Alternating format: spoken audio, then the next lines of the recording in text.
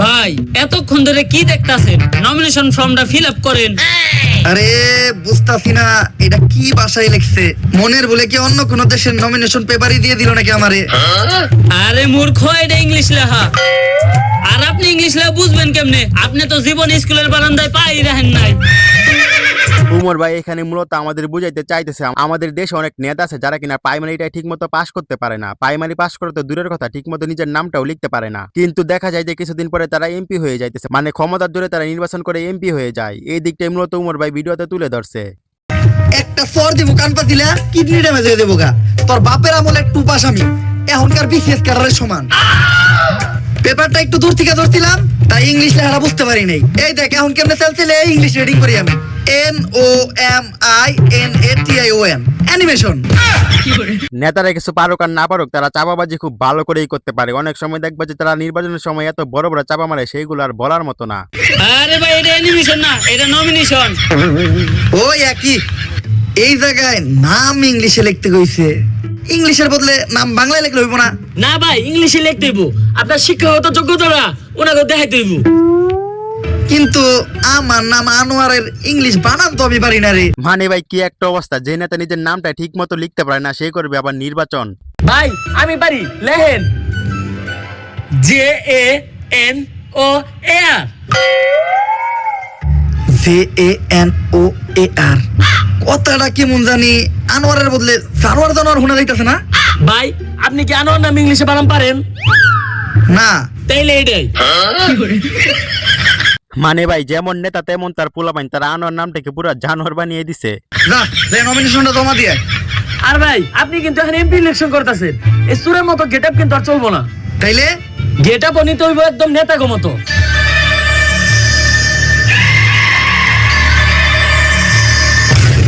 So hey guys, welcome back. I hope কি তোমরা সকালে খুব ভালো আছো এন্ড আমি খুব ভালো আছি। তো তোমরা সবাই জানো উমর চ্যানেলে একটা ভিডিও আপলোড দিছে। ভিডিওটা হয়তো তোমরা অলরেডি সবাই দেখেই ফেলছো। এখন উমরকে নিয়ে তো আর বেশি কিছুই বলার নাই, কারণ তোমরা উমরের সম্পর্কে খুব ভালো করেই জানো। তো যাই হোক, উমর তার নতুন ভিডিওতে কাকে রোস্ট করলো সেগুলোই দেখা যাক।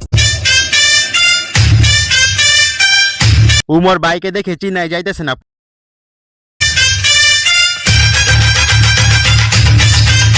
ভাই আপনারে তো পুরাই নেতার মতো লাগতাছে। দেখেন তো ভাই নতুন গেটআপে আমারে কেমন লাগতাছে। মনে হইতাছে মুক্তার গলায় কুত্তার মালা। ভাই ওইটা কুত্তার গলায় মুক্তার মালা হইব। ওই একই। ভাই আপনি তো নমিনেশন পেয়ে গেছেন। আরে এটা তো আমি জানতামই, কিন্তু ভাই আপনার মার্কাটা থাক কওয়া লাগবো না। আমি জানি আমি ভালো কোনো মার্কাই পাইছি, কারণ একজন নেতারে মার্কা দেওয়া হয় তার ব্যক্তিত্ব তার পার্সোনালিটির সাথে মিল রেখা। আর আমার যে পার্সোনালিটি, আমি আনোয়ার 100% শিওর যে আমি সিংহ মার্কাই পাইছি, তাই না? না ভাই বুঝছি, তাইলে গ্যারান্টি আমি মার্কা পাইছি রয়্যাল বেঙ্গল টাইগার। এটাও না। তাইলে আমি কি মার্কা পাইছি? বান্দর। এখন ভাই আমি হাসবো নাকি কাঁদবো কিছুই বুঝতেছি না। দুনিয়াতে এত কিছু থাকতে শেষ পর্যন্ত বানর মার্কা, এইসব ভাইদের মাথায় আসে কেমন আমি এইটাই বুঝি না। এ আনোয়ার ভাই জানোয়ার মার্কা পাইছে। ভাই আপনি ঠিকই কইছেন, নেতাকে মার্কা নেতাকে পার্সোনালিটি দেখাই দেয়। যেমন আপনার পার্সোনালিটির লগে আপনার মার্কার একদম মিল আছে।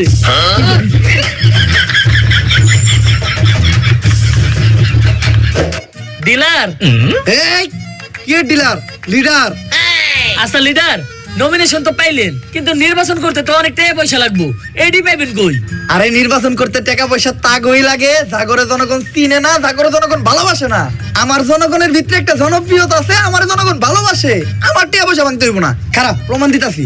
এই ভাই খারাপ, আমারে তো তুমি চিনোই না। চিনলাম না তো, কে আপনি? আরে আমি এই আসনে রানিং এমপি মতো প্রার্থী। ভোটটা কিন্তু আমারই দিবা, বান্দর মার্কায়। বান্দরে বান্দর মার্কা পাইছি। বান্দরে বান্দর মার্কা ভোট দিলে তো সিরে কাটা হয়ে যাবো গা। তাই বান্দরে বান্দর মার্কা ভোট দেওয়া দেবো না। মানে বান্দরে বান্দর মার্কা পাইছে, পুরাই রোস্ট করে দিছে উমর ভাইকে, মানে আমাদের নেতা সাহেবকে।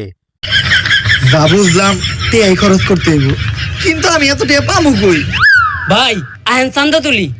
আরে না, চান্দা তোলা যাইব না। চান্দা তুলতে যায় ধরা খাইলে জনগণ ঠেলা দিয়ে খেলা শেষ করে দিব। ভাই আপনার কিছুই করার লাগবো না, যা করবো সবই আমরা। আপনি শুধু এক জায়গায় দাঁড়িয়ে মাথা লড়াইবেন। আহেন আমরা আনোয়ার ভাইয়ের সৈনিক, চান্দা তুলি দৈনিক। আমাকে নেতার পারমিশন ছাড়া এনে দোকান দিছে কেরা? দাও 500 টাকা চান্দা দাও।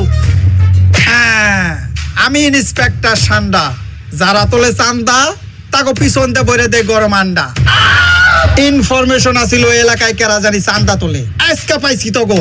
স্যার আমরা স্টুডেন্ট আর আমরা এই ধরনের অনৈতিক কাজের সাথে জড়িত না। আমাকে ওই নেতাই পাঠাইছে, কইছে কার পুতায় কত জোর আছে আমি দেখে নিব, যা চান্দা তুলে নিয়ে গা, কারণ আপনারা প্রমাণ দেই। নেতা হ্যাঁ, আপনি আমাকে জোর করে চান্দা তুলতে পারাইছেন না? ওরা তো কইছিল যাই করবো খাই মাথা নাড়তে। ওই দেন স্যার, মাথা নাইলে হক হইছে।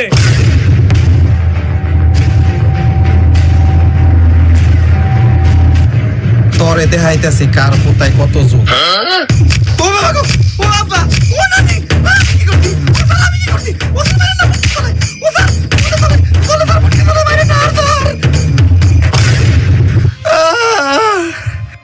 ডিলার অনেক মারছে তাই না? দিলাম না, লিডার। খালি কি মারছে, রিমান্ডেও নিছিল। থালা বাসন ধুইতে লাগে ভীম, রিমান্ডে নিয়া আবার পিছন দিয়ে দিছে গরম ডিম। ভাই রিমান্ডে যে আপনি পিছন দিয়ে ডিম দিছিল, ওইটা আশির ডিম আসিল না মুরগির ডিম? মুরগির ডিম, ওইটা ব্রয়লার মুরগির আসিল না দেশি মুরগির ডিম? দেশি মুরগির ডিম। তাইলে তো ভাই আপনি বাঁচছেন। দেশি মুরগির ডিম একটু ছোট ছোট হয়, আপনার কষ্ট কমেছে। আমি গ্যারান্টি আপনি 10-12টা নিয়ে পারছেন। কিন্তু ভাই আমার একটা প্রশ্ন আছে, রিমান্ডে নেওয়ার পর এই যে গরম ডিমগুলো পিছন দিয়ে দেয়, তারপরে এই ডিমগুলো কই যায়? যার যার ডিম তার তার হাতে দিয়া দেয়। তাইলে ভাই আপনারটা কি করছেন? তুই তাইলে এটা কি খাইতাছস?